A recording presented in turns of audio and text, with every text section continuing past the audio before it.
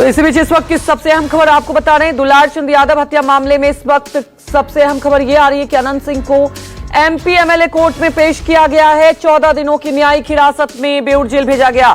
तो बड़ी खबर आपको बता दें, इस पूरे मामले को लेकर सबसे बड़ा अपडेट ये आ रहा है। दुलार चंद यादव हत्या मामले में कल देर रात अनंत सिंह की गिरफ्तारी हुई थी। अनंत सिंह को एमपी एमएलए कोर्ट में पेश किया गया। इस वक्त की अहम खबर आपको बता दें, बिहार के चुनाव से जुड़े हुए 14 दिनों की न्यायिक हिरासत में बेऊर जेल भेजा गया है अनंत सिंह को। मणिकांत और रंजीत राम। हाँ, रंजीत राम दोनों को भेजा। हाँ, तो कुल मिलाकर 3 लोगों कुल मिलाकर 3 आदमी हैं। न्यायिक हिरासत। हाँ, न्यायिक हिरासत। देखिए चलिए हो गया। अनंत सिंह जी को कोर्ट में पेश किया गया है सर, क्या कुछ हुआ है अंदर, बातचीत बताइए सर। अब अंदर में यही हुआ है कि इनके खिलाफ एफआईआर में नाम है।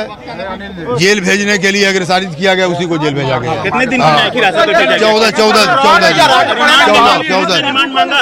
नहीं, रिमांड का कोई बात नहीं। रिमांड का भेजा गया अभी? बेऊर कितने लोगों को भेजा गया? 3 आदमी को। 3 आदमी को। हाँ, आप लोग कब बेल पिटीशन डालेंगे? अच्छा, फाइल करेंगे तो बता देंगे। कब? चुनाव के बाद? सब आगे। हाँ, चुनाव के बाद। चलिए हो गया। तो हमारे सहयोगी सौरभ हमारे साथ जुड़ चुके हैं। सौरभ, 14 दिन की न्यायिक हिरासत में भेजा गया, अपडेट जानना चाहेंगे क्योंकि अब बस चुनाव के 2 दिन बचे हैं। तो क्या आपको लगता है कि बेल के लिए अपील की जाएगी या उसके बाद ही अब कदम उठाया जाएगा? और जरा असर भी बता दें, इसका कितना असर होगा मोकामा के चुनाव में?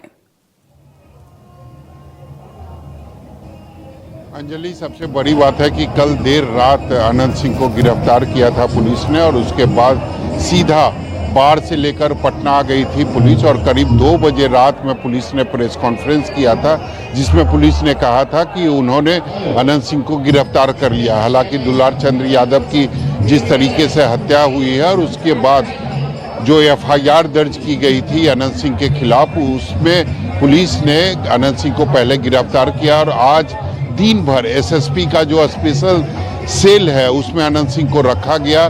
पहले मेडिकल करवाई गई अनंत सिंह की और चूंकि यह मामला बाढ़ थाना अनुमंडल का था, इसीलिए सारे कागजात जो थे वह बाढ़ में थे। तो पहले सभी कागजातों को बाढ़ से पटना लाया गया और उसके बाद सिविल कोर्ट का जो एमपी एमएलए कोर्ट है वहाँ पर अनंत सिंह को पेश किया गया और उसके बाद उन्हें 14 दिन के न्यायिक हिरासत में भेज दिया गया।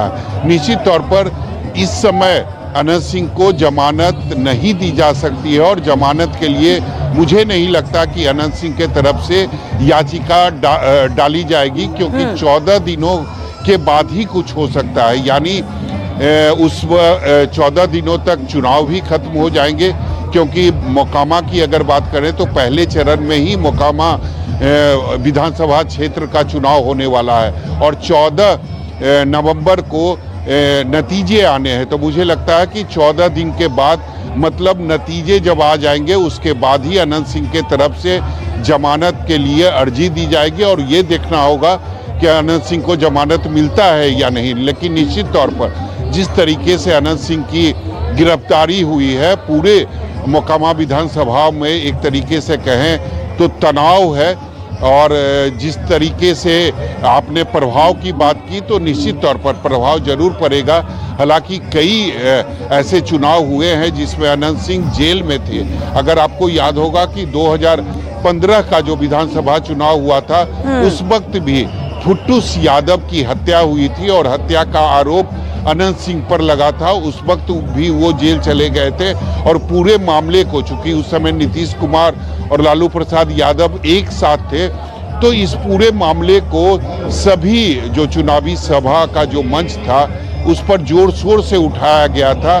लेकिन और उस समय अनंत सिंह जो थे वो निर्दलीय चुनाव लड़ रहे थे, उसके बावजूद अनंत सिंह की जीत हुई थी। तो निश्चित तौर पर जो हत्या हुई है दुलार चंद यादव की, उस इलाके में तनाव है और कहीं मुझे लगता है कि आगरा बनाम पिछड़ा की जो लड़ाई है वो देखने को मिल सकती है मोकामा विधानसभा क्षेत्र में। बिल्कुल सौरभ, बड़ी बात यही है कि कहीं ना कहीं आगरा बनाम पिछड़ा ये केंद्रित हो चुका है, खासतौर पर अगर मोकामा की बात करें। आप हमारे साथ बने रहिए। इसी बीच एक और अहम